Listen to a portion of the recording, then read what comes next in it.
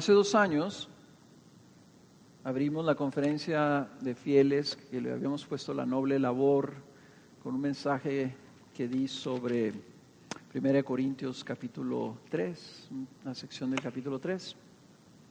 Y se me hizo curioso que en estos 2 años hemos visto nosotros 1 Corintios más detalladamente, y hay algo que me llama muchísimo a mí la atención. Me encanta la carta de Corintios.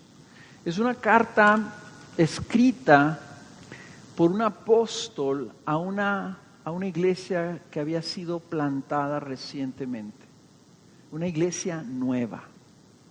Pablo plantó Corintios por mandato divino. El Señor le dijo: ve ahí, quédate ahí, aquí tengo mucho pueblo y quiero que plantes esta iglesia, ¿no? Entonces se quedó 18 meses. Pablo plantó esta iglesia y luego tuvo que salir. Y 5 años después de que la había plantado, se ve la necesidad de escribir una carta para traer dirección, traer corrección a la iglesia. Lo interesante, por la razón por la que escogí este pasaje, es porque Pablo no empieza corrigiendo. Pablo empieza revisando y afirmando la iglesia en su fundamento. Y a mí me llamó la atención porque por 10 años de mi vida yo me dediqué a la construcción. Y como pastor ahora, volteo yo a esa experiencia y muchas veces encuentro cosas paralelas o similares.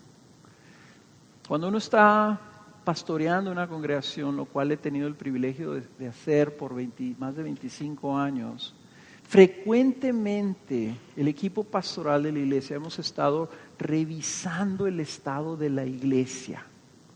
¿Cómo está la iglesia? ¿Qué le falta a la iglesia? No se diga cuando hay problemas, cuando hay dificultades, cuando hay crisis, cuando hay tragedias. Nosotros hace unas semanas despedimos a una joven que se quitó la vida. Es una tragedia. Ayer nos avisaron, justo empezando esta conferencia, que uno de los miembros más queridos de nuestra congregación, que tenía años batallando con una falla renal, esperando la posibilidad de un trasplante, un siervo amado de esta congregación, falleció inesperadamente el día de ayer. Entonces nos preguntamos cómo estamos, cómo respondemos, qué hacemos. Continuamente estamos haciendo estas preguntas. Entonces a mí se me hace muy interesante que todos ustedes conocen la historia de Corinto. O sea, saben las condiciones de esta iglesia. Esta iglesia tenía muchísimos problemas. Habían desviaciones, había cuestiones de conflictos, de divisiones, de disparidades, de abusos. Estaban emborrachándose en la cena del Señor, no puede ser. Estaban cuestionando la resurrección de Jesucristo. Una iglesia que fue plantada por el apóstol Pablo. Debe de animarte a ti, si tú estás empezando una iglesia y empiezas a darte cuenta de problemas serios en tu iglesia, que el apóstol Pablo plante una iglesia y un par de años después de que lo haga, la congregación está dudando si Jesucristo resucitó. ¿Qué haces? ¿Cómo corriges? ¿Cuál es tu respuesta como líder? Y les digo que yo como constructor se me llama la atención porque Pablo está haciendo algo parecido a lo que hacemos nosotros cuando hay una falla. O sea, cuando tú construyes un edificio, tú piensas que todo está bien y de repente viene alguien corriendo y te dice: oye, acabamos de detectar una cuarteadura en la losa del 2º piso. Y tú como responsable, tú como constructor, tú como ingeniero, arquitecto, tienes planos y dices: ok, yo tengo que revisar, tengo que ver si edifiqué correctamente, tengo que ver ¿Estarán mal los cálculos? ¿Alguien cometió un error constructivo? ¿Cuál es la condición? ¿Cuál es la razón de que surgió esa cuarteadura? Y lo primero que haces es que revisas el fundamento estructural que se levantó para ver si está mal desde la raíz o si es algo que sucedió por otras razones. Y creo que Pablo está haciendo eso en estos primeros capítulos del libro de Corintios. Está volviendo al fundamento. Entonces no voy a leer todo el capítulo 1, pero voy a leer una buena sección a partir del versículo 17. Capítulo 1, versículo 17. Y dice así: pues Cristo no me envió a bautizar, sino a predicar el Evangelio, no con palabras elocuentes, para que no se haga vana la cruz de Cristo. Porque la palabra de la cruz es necedad para los que se pierden, pero para nosotros los salvos es poder de Dios. Porque escrito está: destruiré la sabiduría de los sabios y el entendimiento de los inteligentes desecharé. ¿Dónde está el sabio? ¿Dónde el escriba? ¿Dónde el polemista de este siglo? ¿No ha hecho Dios que la sabiduría de este mundo sea necedad? Porque ya que en la sabiduría de Dios el mundo no conoció a Dios por medio de su propia sabiduría, agradó a Dios mediante la necedad de la predicación salvar a los que creen.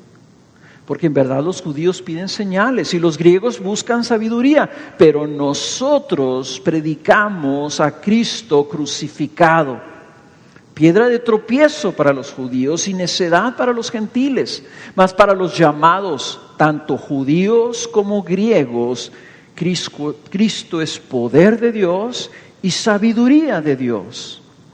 Porque la necedad de Dios es más sabia que los hombres y la debilidad de Dios es más fuerte que los hombres. Pues considerad, hermanos, vuestro llamamiento. No hubo muchos sabios conforme a la carne, ni muchos poderosos, ni muchos nobles, sino que Dios ha escogido lo necio del mundo para avergonzar a los sabios, y Dios ha escogido lo débil del mundo para avergonzar a lo que es fuerte. Y lo vil y despreciado del mundo ha escogido Dios, lo que no es para anular lo que es, para que nadie se jacte delante de Dios. Mas por obra suya estáis vosotros en Cristo Jesús, el cual se hizo para nosotros sabiduría de Dios, y justificación, y santificación, y redención, para que tal como está escrito, el que se gloría, que se gloríe en el Señor. Cuando fui a vosotros, hermanos, proclamándoos el testimonio de Dios, no fui con superioridad de palabra o de sabiduría, pues nada me propuse saber entre vosotros, excepto a Jesucristo y este crucificado. Y estuve entre vosotros con debilidad y con temor y mucho temblor. Y ni mi mensaje ni mi predicación fueron con palabras persuasivas de sabiduría, sino con la demostración del Espíritu y de poder, para que vuestra fe no descanse en la sabiduría de los hombres, sino en el poder de Dios. ¿Por qué les digo que Pablo está haciendo lo que hace un perito al revisar un edificio cuando algo no está bien? Pablo está, creo, haciendo esto porque en el capítulo 3 él dice que él como perito arquitecto puso un fundamento, puso algo que aquí está haciendo referencia en el versículo 2:5, está diciendo que su preocupación es que la fe de los corintios esté correctamente desplantada en ese fundamento que él puso. Si ese fundamento está ahí, si ese fundamento está sólido, entonces ese edificio va a estar firme, esa iglesia va a permanecer. Esa obra no va a caer. Si no está ese fundamento, entonces habrá algo de qué preocuparse, mucho de qué preocuparse. Pablo está queriendo reforzar, revisar, afirmar el fundamento que había establecido en Corinto. Porque aquí dice él su preocupación, su intención al estar predicándoles, cuando plantó esta iglesia, al trabajar para esta iglesia, fue que su fe estuviera fundamentada, establecida, dice, no en la sabiduría humana, sino en la verdadera sabiduría de Dios, en el verdadero poder de Dios. Y se fijan, habla mucho de la sabiduría y de los entendidos y de los polemistas y de los sofistas y de todas estas gentes que hablaban de sabiduría, y él está diciendo, no, yo puse un fundamento que tal vez algunos puedan estar menospreciando, tal vez algunos puedan estar cuestionando, pero ese fundamento es donde yo quiero estar seguro que ustedes tienen su fe puesta ahí, que su fe descansa ahí, que su fe es esa fe, que está firme ahí. Y entonces vamos a ver a qué se está refiriendo Pablo. ¿Cuál es ese fundamento que él quiere reforzar? ¿Qué es esto que él habla de la sabiduría de Dios, de la sabiduría humana, del poder de Dios? ¿A qué se está refiriendo? Y hay dos cosas principalmente que quiero traer, dos puntos amplios que quiero traer en referencia a lo que Pablo está diciendo en base a lo que dice el capítulo 1 y lo que dice el capítulo 2. Y la primera cosa que quiero que veamos, ¿dónde está ese poder al que Pablo se refiere? Donde él dice, yo quiero que su fe descanse, no en la sabiduría de los hombres, sino que descanse en el poder de Dios. ¿A qué se está refiriendo? ¿Qué quiere decir esto? Que quiere que descanse su fe en el poder de Dios. ¿Dónde está ese poder? ¿Dónde lo pueden ver para que él descanse? Miren lo que dice en el versículo, ahorita lo leímos, en el versículo 1 a 26. Él quiere que sepan que ellos están en Cristo por el poder y la elección de Dios. Dice, considerad, hermanos, vuestro llamamiento. No hubo muchos sabios conforme a la carne, ni muchos poderosos, ni muchos nobles, sino que Dios ha escogido lo necio del mundo para avergonzar a los sabios, y Dios ha escogido lo débil del mundo para avergonzar lo que es fuerte, y lo vil y despreciado del mundo ha escogido Dios lo que no es para anular lo que es, para que nadie se jacte delante de Dios. Y miren la clave en el versículo 30, mas por obra suya estáis vosotros en Cristo Jesús. Mas por obra de Cristo, los corintios estaban en Cristo. En el versículo 1:9, no lo leí, pero en el versículo 1:9 dice, fiel es Dios por medio de quien fuisteis llamados, ¿a qué? A la comunión con su Hijo Jesucristo, Señor nuestro. Fuimos llamados, como dice el versículo 26, tenemos un llamamiento, ¿a qué? A comunión, a unión con Cristo, a estar en Cristo Jesús. Pablo les resalta que ellos están en Cristo, que no es algo que ellos han hecho, sino que es algo que Cristo hizo por ellos, hizo en ellos. Está llevándolos a que se den cuenta que Cristo, al final de cuentas, es el objetivo del Evangelio. Cristo es el Evangelio, la obra de Cristo es el Evangelio, y al final de cuentas Cristo es el propósito y el objetivo del Evangelio. Como dijo John Piper en su libro, ¿verdad? Cristo es el Evangelio, esa es la meta del Evangelio. Estamos en Cristo y hemos recibido a Cristo al estar unidos en Él De tal forma que no nomás estamos hablando del Evangelio para recibir algo a través de Cristo. Está diciendo, está apuntando algo, Pablo, algo que ya sucedió en sus vidas y que es irreversible. Los corintios eran testimonio mismo del milagro de la salvación, de que Cristo mismo había hecho algo en ellos. Los había transformado de gente perdida, de gente pagana, de gente vil.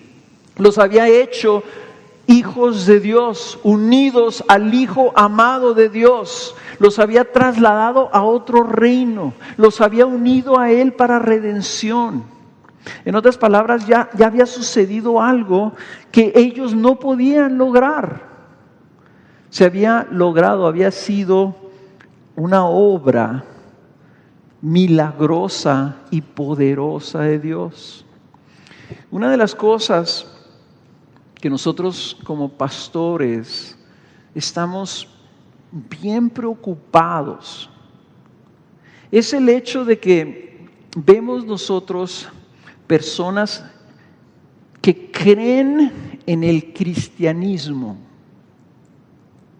que creen en la doctrina cristiana, que están de acuerdo y dicen, yo quiero ser cristiano. Y nos cuestionamos, ¿hemos nosotros puesto un fundamento correcto de tal forma que la gente sepa que no se trata de ser cristiano? No se trata de portarte como cristiano, que las únicas personas que son salvas son aquellas que están en Cristo y Cristo en ellos. Y que eso ningún ser humano lo puede lograr por sus propias fuerzas. Y Pablo es fabuloso.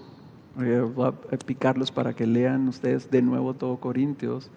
Pero empieza él con un saludo de los corintios, donde empieza dando gracias por ellos y diciéndoles todas las cosas. En 9 versículos, 9 veces dice y se refiere a la persona de Jesucristo en sus vidas. De cómo están ellos en Cristo y de cómo Cristo va a ser fiel para confirmar todo lo que ha hecho en sus vidas y llevarlos hasta el día final, donde van a ser presentados delante del Señor. Entonces Pablo está diciendo, si ustedes están en Cristo, ustedes están en Cristo ya. Y eso no lo puede cambiar nadie.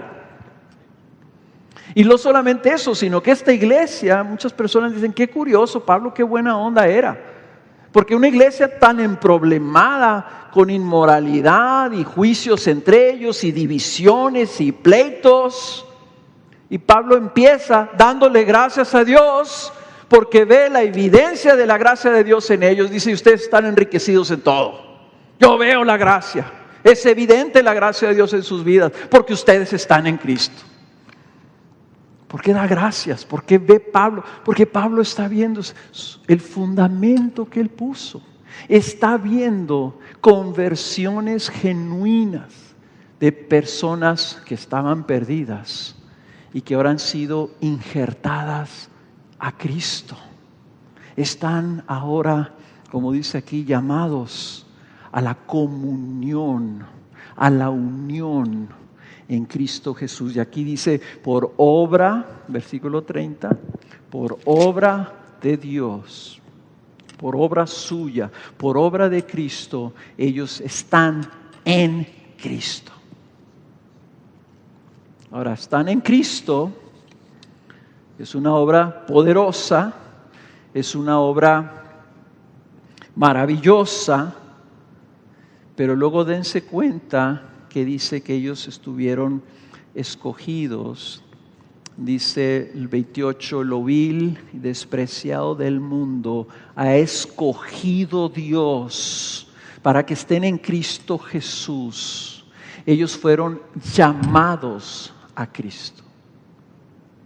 En otras palabras, Pablo empieza, en lugar de estar diciendo, esto está mal, aquel échenlo para afuera, etcétera, etcétera, empieza diciendo, ustedes fueron escogidos por Dios.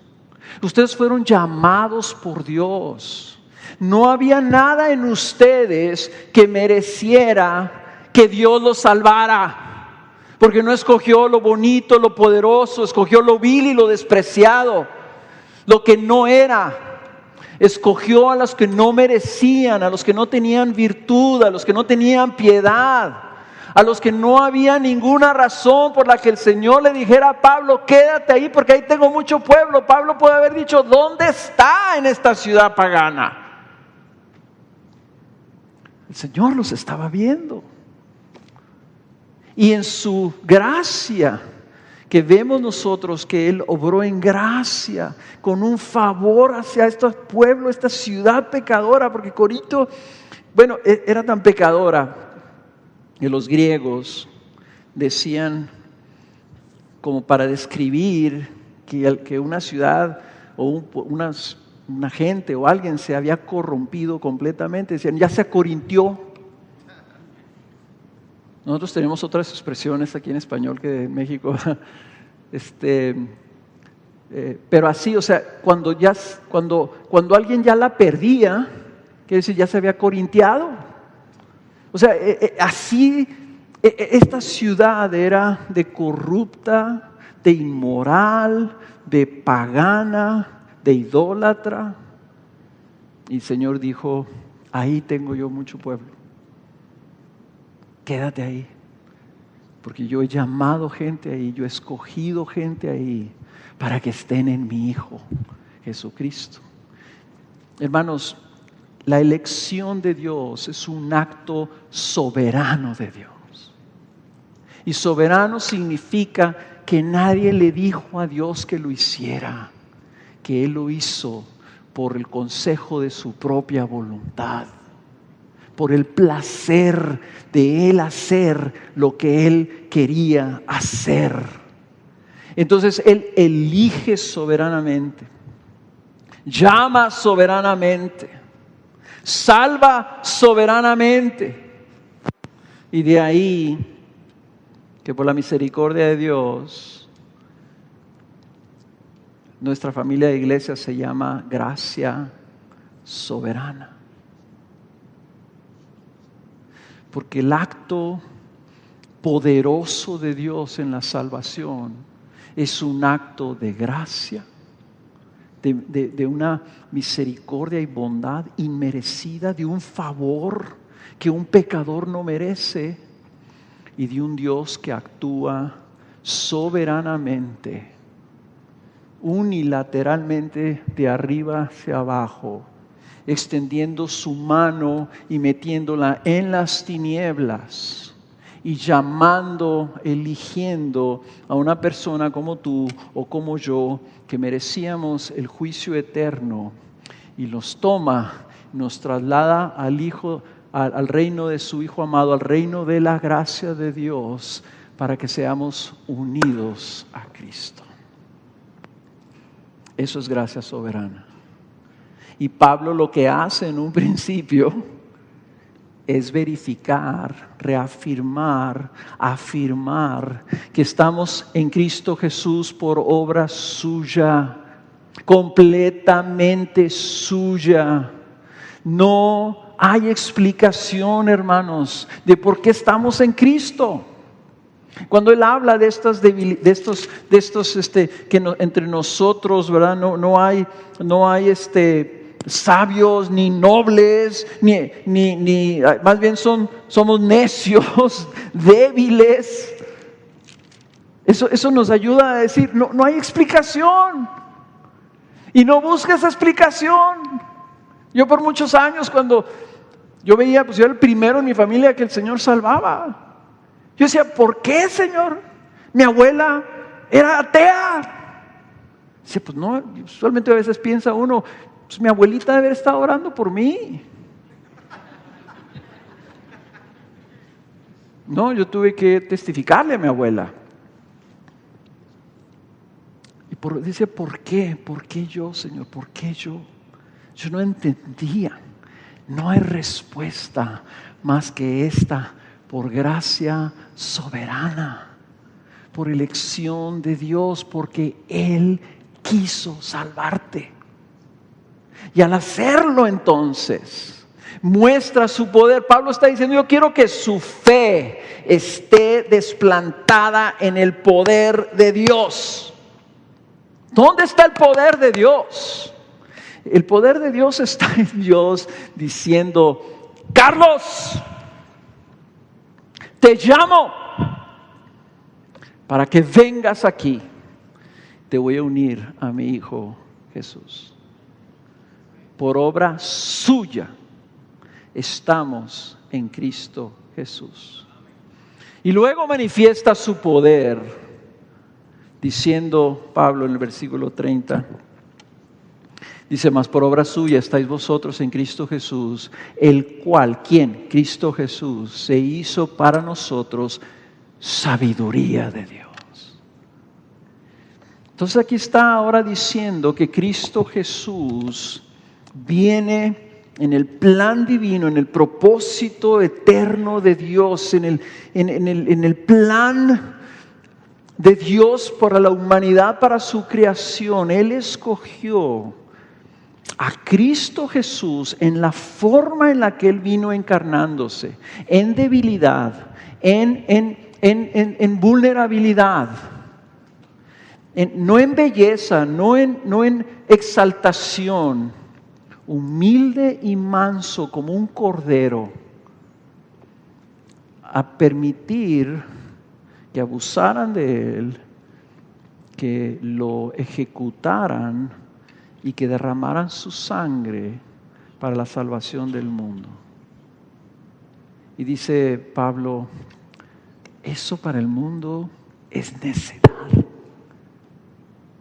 Y Dios en su sabiduría hizo esto así, dice, y no permitió que el mundo en su propia sabiduría pudiera conocer a Dios, sino que Dios hizo a Jesús su sabiduría, para que el que lo va a conocer, lo conozca por medio de esa predicación, de ese anuncio, de ese evangelio.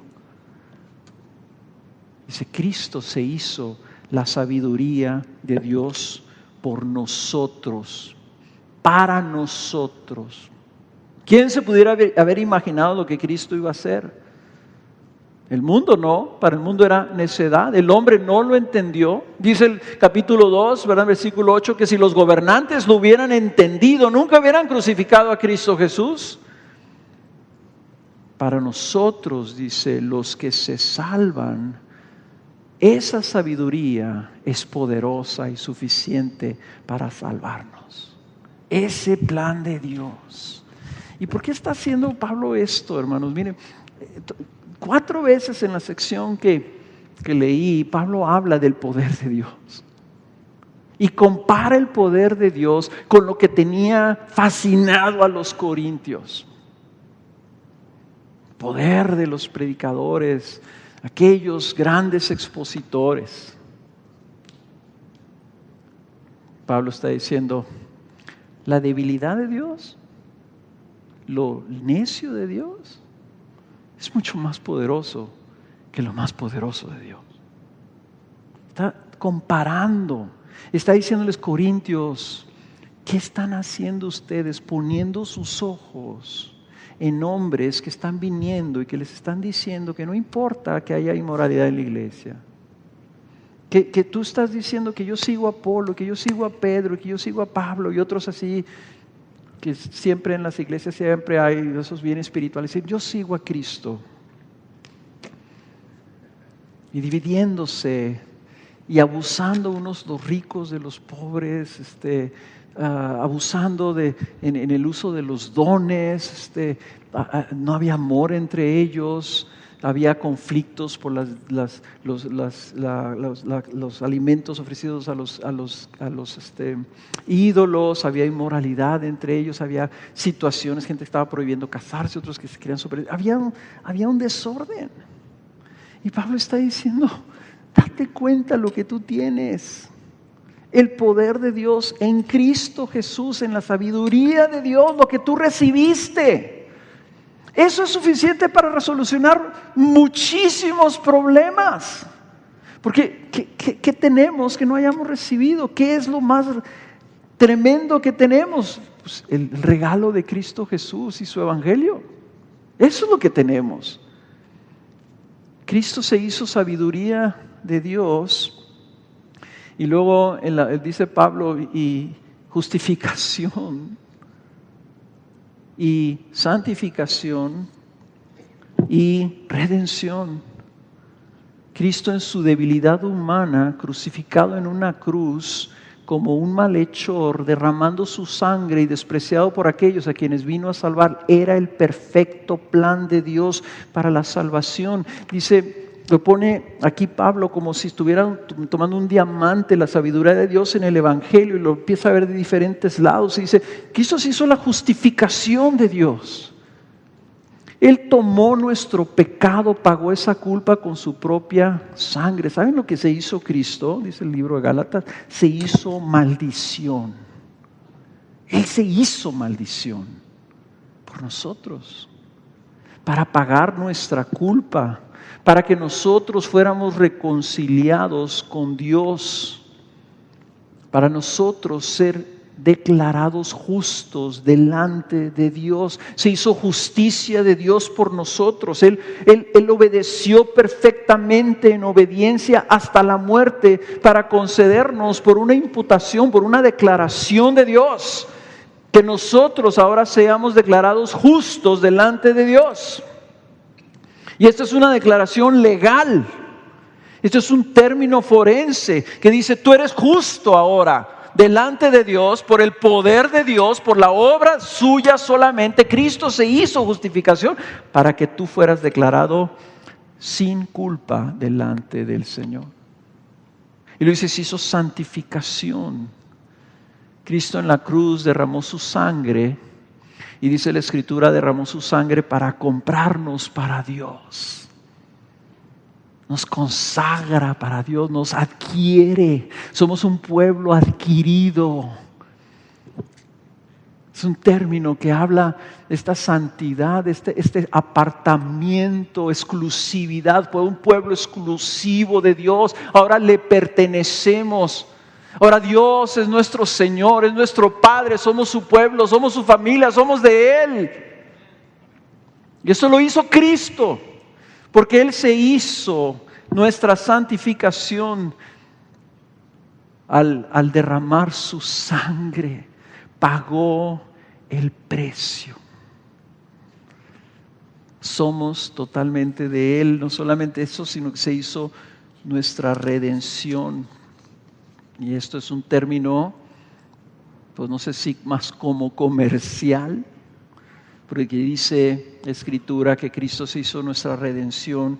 Él es el pago requerido para liberarnos de la atadura del pecado y de la muerte. Él es el que paga, de tal forma que somos libres. Ahora ya el pecado no tiene dominio sobre nosotros. Ahora somos libres para servir a nuestro Señor. Somos libres para vivir en comunión con Él. Ahora somos libres y estamos siendo preparados para vivir la eternidad con Él. Somos libres para vivir para la gloria de Dios. Cristo se hizo la sabiduría de Dios para nuestra justificación, para nuestra santificación, para nuestra redención eterna. Y todo lo hizo por obra suya. Quiere decir que Cristo es suficiente para salvarnos totalmente. Yo le agregaré, y no sé si sea como una exageración, no sé cómo se dice eso de que dices algo y luego le dices algo que no tienes necesidad de decir, pero es como Cristo es suficientemente y totalmente suficiente para salvarnos totalmente. Él ya se hizo todo lo que necesitamos. ¿Por qué lo está poniendo Pablo así? Porque los corintios estaban pensando que ellos tenían que agregarle algo, que ellos ya tenían una espiritualidad superior, que ellos ya la habían hecho. Como que estas cosas de Cristo y la cruz y la redención ya eran cosas como que de otro nivel. Ellos ya andaban acá arriba. Hermanos, nosotros necesitamos tener cuidado. No sea que nosotros también empecemos a jactarnos. Porque Él dice estas cosas, Cristo se hizo todo eso para que nadie se pueda jactar. Para que nosotros tengamos solamente una cosa de qué gloriarnos. De Cristo. Lo tenemos a Él. Ellos se estaban jactando, creían que unos eran mejores que otros. Si eras de Apolo, tal vez tú eras elite. Si eras de Pedro, pues a lo mejor no tanto, porque ya ven que Pedro de vez en cuando la regaba, ¿verdad?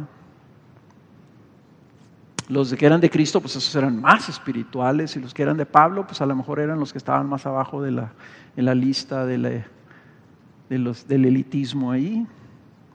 Pero eso nos lleva, hermanos, a todos a una humildad, lo que nos une, como Él empieza hablando, usa el ejemplo de la división para traer revisar este fundamento, porque eso debe llevarnos a humildad. ¿Qué tienes? ¿De qué te puedes jactar? Cristo se hizo totalmente suficiente para tu salvación. Tú no contribuyes nada más que tu pecado. Cristo es suficiente para salvar. Y como pastores, ¿qué nos informa esto? Primero que nada, nosotros también éramos esos, como los corintios, que Cristo se tuvo que hacer todo para salvarnos. Nosotros fuimos salvados por elección, por gracia soberana. Pero también fuimos llamados. Pablo empieza en el capítulo 1, versículo 1, diciendo, Pablo llamado a ser apóstol. Pablo diciendo, yo no empecé con esto porque a mí se me ocurrió. Yo fui llamado por Dios, requerido por Dios para predicarles a ustedes el evangelio de Cristo Jesús y este crucificado. ¿Y qué creen que somos nosotros? Hombres, mujeres, llamados por Dios para salvación, para estar en Cristo Jesús por obra suya, y llamados para predicar el evangelio de Cristo Jesús y este crucificado. En otras palabras, no tenemos tampoco nada de qué gloriarnos, porque no fue por nuestros méritos o virtudes por las cuales fuimos llamados. Pablo mismo dijo, yo soy el último. Ahorita lo leyó Chovy en Timoteo, Roberto, ¿verdad? O sea, yo no merezco. Yo fui perseguidor de la iglesia. Soy el primero de los pecadores. O sea, yo no fui por mí. Tampoco fuiste tú, ni yo. No fue por nuestras virtudes, no fue por nuestros dones, no fue por nada. No tenemos nada de qué jactarnos. Es obra suya. Y confiamos en su capacitación y en su gracia para llevar a cabo la obra que se nos ha encomendado. Segundo punto. ¿Dónde está este poder? ¿Qué es este poder? Bueno, lo que está obvio en este pasaje es que el poder de Dios está en el mensaje del Evangelio. Ahí está el poder de Dios. La palabra de la cruz, dice el versículo 18, es necedad para los que se pierden, pero para nosotros los salvos es poder de Dios. Ahí está el poder de Dios, hermanos. Dice Pablo que cuando estuvo entre ellos se propuso no saber nada excepto a Jesucristo y este crucificado. Hermanos, esta es una declaración radical. Está diciendo Pablo, te voy a reducir, te voy a poner en términos lo más sencillo posible, que es para mí el Evangelio, el tesoro que yo tengo, lo que yo aspiro a conocer. Y no está diciendo que nomás conoce estas 3 palabras o 4 palabras. Está diciendo que en estas 4 palabras está contenido toda la riqueza de la sabiduría y del conocimiento que nosotros necesitamos aspirar. Está localizado en Cristo Jesús y en el misterio de su cruz. Eso es lo que dice Pablo. Yo me propuse saber entre ustedes. Ahí es donde me preocupa que yo tenga suficiente profundidad. Esto es donde yo quiero tener conocimiento y donde quiero tener sabiduría. Aquí es donde yo necesito la revelación del Espíritu Santo para yo poder crecer y profundizar en esto.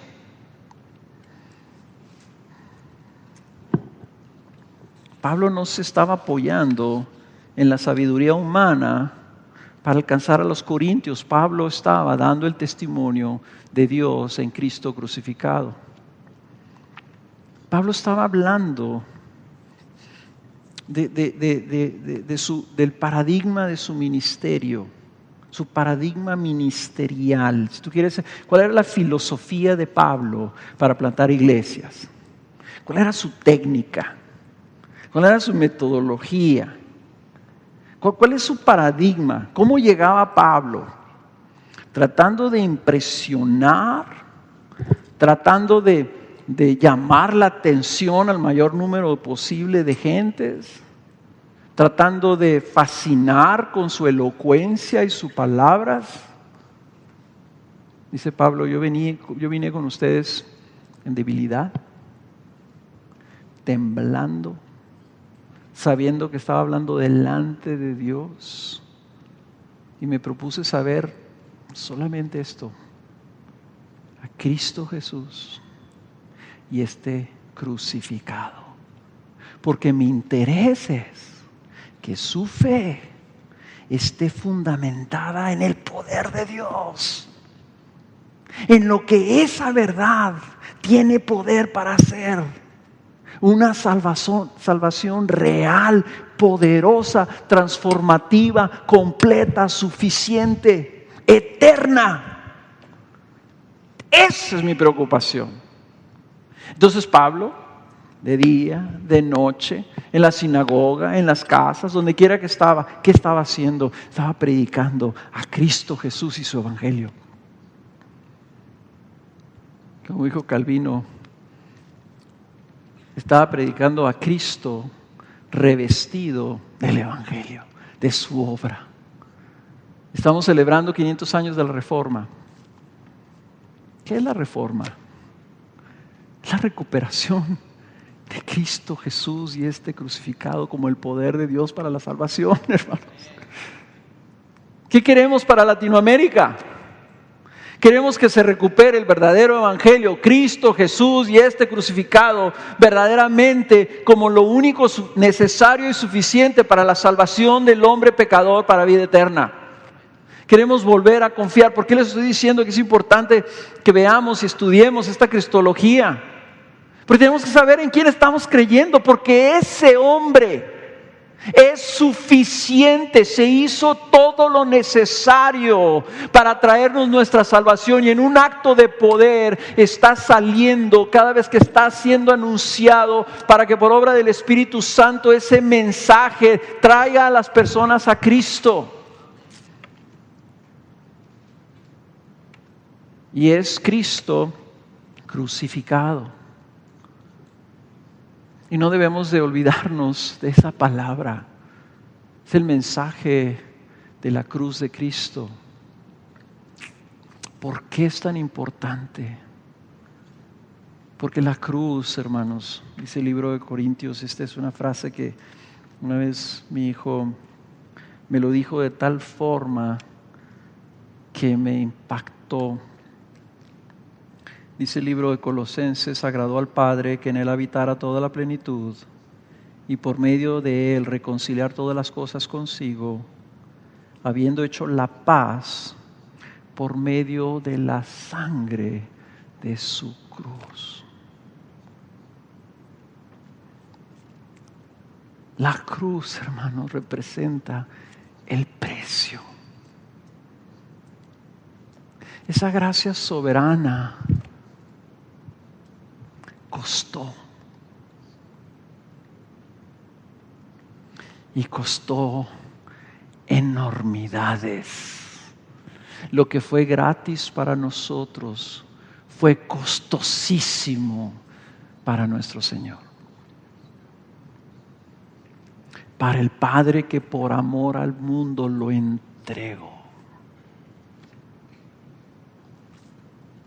Para Cristo Jesús, que en esa cruz tuvo que sufrir el misterio de la separación de Dios, del abandono de Dios para recibir la ira de Dios.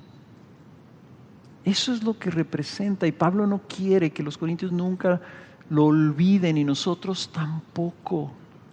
No podemos nunca graduarnos de la cruz. Esto es algo que en Gracia Soberana a nosotros se nos ha dicho, y que lo han dicho los antiguos muchas y múltiples y de diversas maneras. Nunca te gradúas de la cruz, nunca pasas de la cruz, nunca hay un momento en tu vida donde no necesitas la cruz. Lo único que podemos hacer, como nos está poniendo aquí Pablo, es nosotros cada vez profundizar más en la cruz, en el misterio de su cruz, en este hecho de que nuestra paz no fue una dispensación nomás así de que dijo Dios Padre, está bien, ándale pues, te perdono. Fue comprada, no con oro, no con plata, con la sangre perfecta y pura de Cristo Jesús, que la derramó sobre la tierra que Él mismo había creado, por manos de hombres pecadores, bajo la observación y la mofa de aquellos que Él mismo había venido a salvar. Es el precio, es el costo, es algo que nosotros que valoramos el regalo de la salvación nunca podemos olvidar. Y Pablo está diciendo estas cosas. Yo me propuse saber. En esa cruz vemos nosotros la intensidad de la intención de Dios de reconciliarse con el mundo pecador, la disposición de pagar el máximo precio. No fue barato. Fue algo enormemente costoso, descomunalmente generoso, incalculable, incomparable e incomprensible. Porque representa la medida, la sangre de Cristo en la cruz representa la medida, la magnitud, la grandeza, lo inmedible del amor de Dios por seres como tú y yo, que no merecemos absolutamente nada de Dios. No podemos más que vivir el resto de nuestros días tratando de medio agarrar esto de alguna manera, traerlo a nuestra vida, a nuestro corazón ingrato, nuestro corazón que se distrae de esto tantas veces. Cristo es nuestro mensaje. Miren, nosotros, aquí está Joselo, que también es miembro del Consejo Pastoral del Concilio, del Consejo Pastoral de la Coalición por el Evangelio. Y nosotros cuando nos reunimos, hablamos mucho de todo este movimiento de la nueva reforma en Latinoamérica. Y una de las cosas que a mí me preocupa, y a lo mejor aquí hay algunos de ustedes jóvenes que están muy involucrados en la doctrina y en las doctrinas de la gracia, y Lutero y Calvino, y qué dijo este y aquel otro, ya leíste este libro y mira, y fascinados con la sana doctrina y con la enseñanza de todas estas cosas, a un punto que pueden a veces estar hablando del Evangelio y los beneficios del Evangelio y la forma del Evangelio y lo que implica el Evangelio, como si fueran cosas que pudiéramos nosotros separar de Jesucristo y de este crucificado. Hermanos, nuestro mensaje es Cristo. Y cuando nos hemos juntado como pastores, miren, a veces esto es agonizante. El evaluar tu predicación, sentarte y decir, bueno, hermanos, pero ¿se vio Cristo en esto? ¿Prediqué a Cristo o qué prediqué? Estábamos estudiando un libro recientemente de un autor que tenemos un libro aquí excelente de él que se llama Sinclair Ferguson, un maestro predicador de extrema excelencia, ¿no? Que parte de uno de los maestros de Ligonier. Y decía él esto: nuestro mensaje central como predicadores del Evangelio debe ser que podamos comunicar quién es este Cristo crucificado. ¿Quién es este Cristo crucificado? ¿Quién es el Evangelio? ¿Y cómo es que este Cristo crucificado, quien es el Evangelio, es tan capaz de salvarnos? O sea, el mensaje tiene que estar centrado en una persona. No predicamos, hermanos, doctrinas, aunque es importante la doctrina. No la niego, me encanta la doctrina y el estudio teológico. Pero si eso no nos está llevando a estar asombrados y admirados de nuestro Salvador, a quien tenemos, de quien somos parte, de quien estamos unidos, quien vive en mí, aquel que es capaz de salvar al más vil pecador, aquel que es la esperanza de este país y de este continente. Si nosotros no estamos viendo a Cristo Jesús y a este crucificado de una manera que digamos, ¿quién es este? Yo necesito a este. Yo quiero más de este Cristo que me han predicado. ¿Dónde están esos predicadores? Yo quiero ser uno de ellos. Y si tengo 25 años predicando, a lo mejor hasta me tomó 25 años predicar y darme cuenta que tal vez no estoy predicando a este Cristo crucificado. Y Pablo está diciendo, eso es lo que yo les prediqué. Y eso es como se estableció esta iglesia.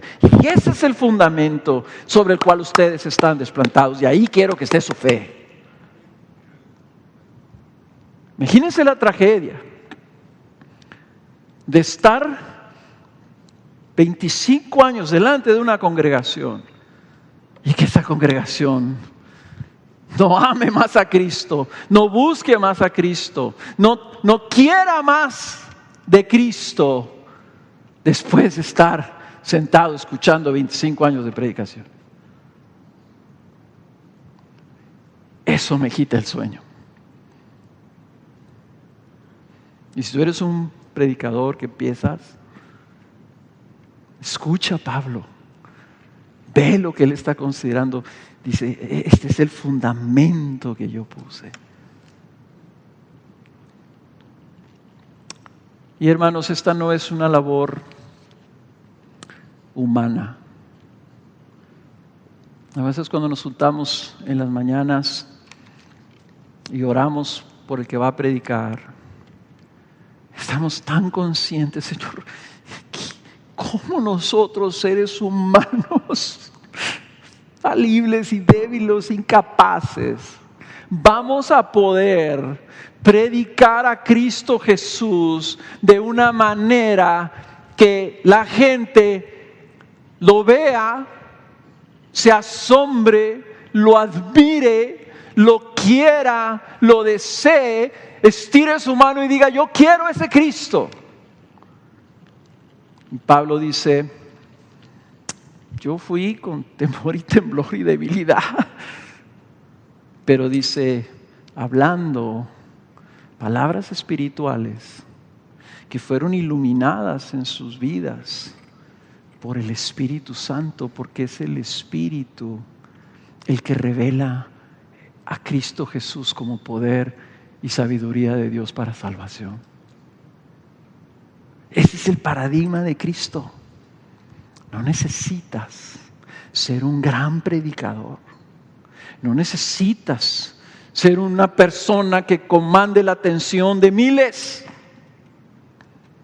Necesitas ser un hombre dependiente del Espíritu Santo, porque es el Espíritu el que revela el conocimiento de lo que Cristo vino a hacer por nosotros. Miren lo que dice el capítulo 2:10, no lo leí, pero se los voy a leer ahora. Véanlo ahí en su Biblia.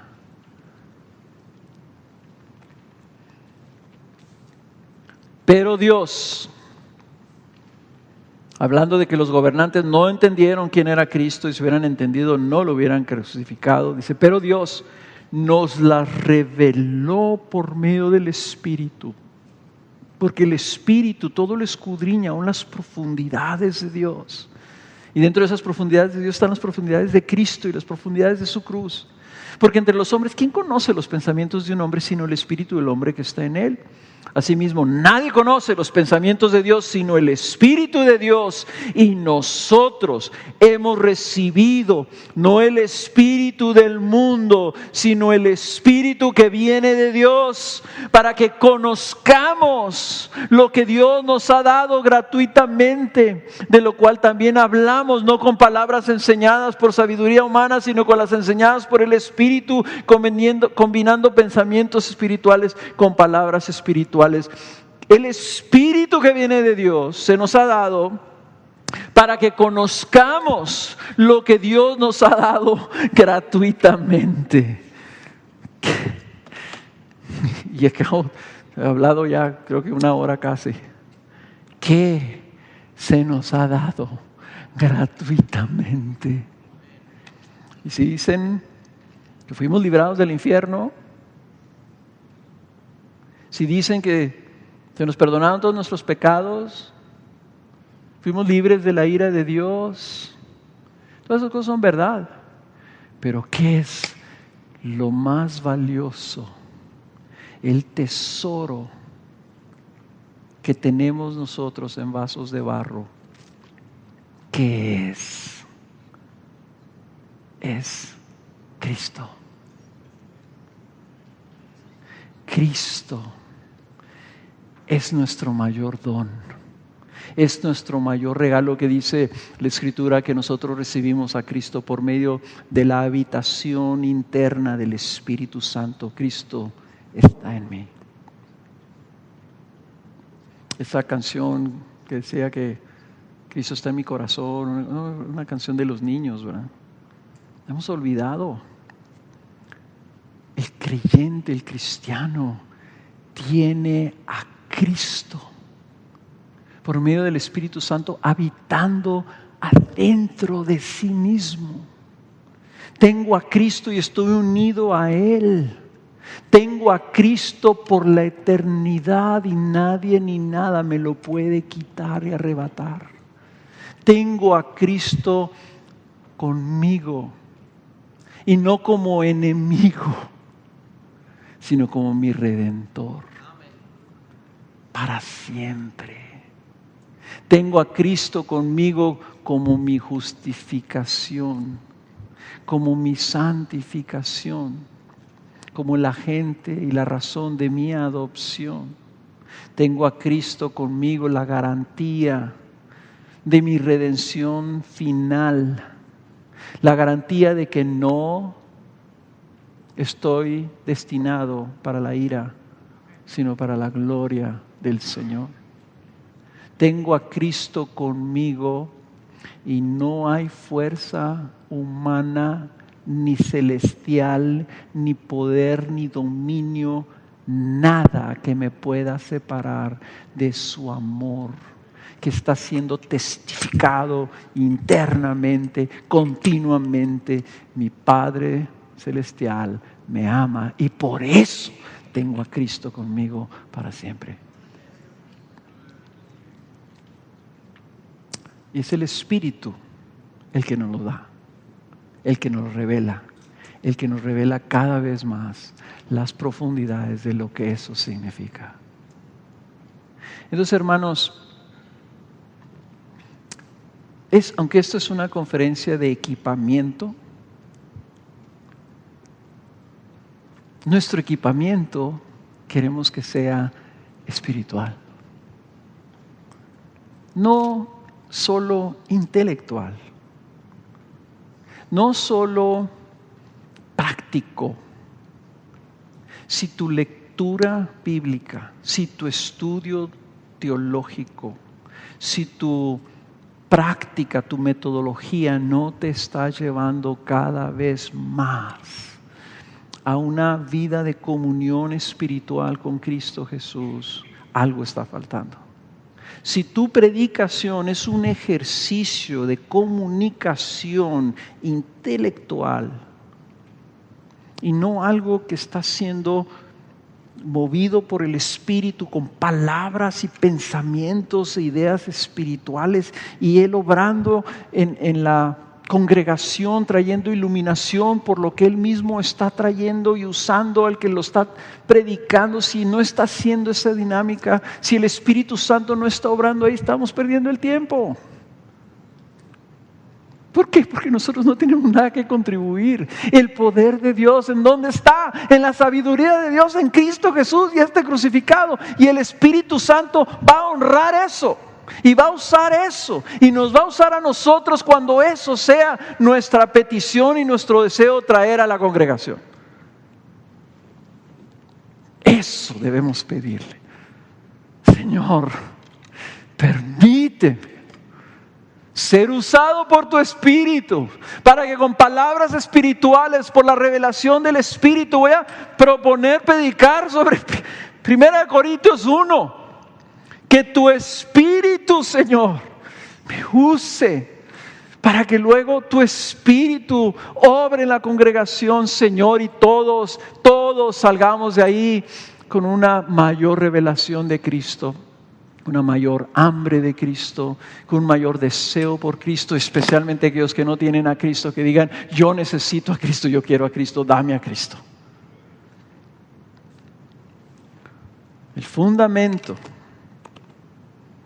que Pablo estableció y que empieza Corintios, todos estos problemas que empieza a atacar del 3, 4, 5, o sea, hasta el 15. Creo que el capítulo más largo de Corintios es el 15, como 50 y tantos versículos.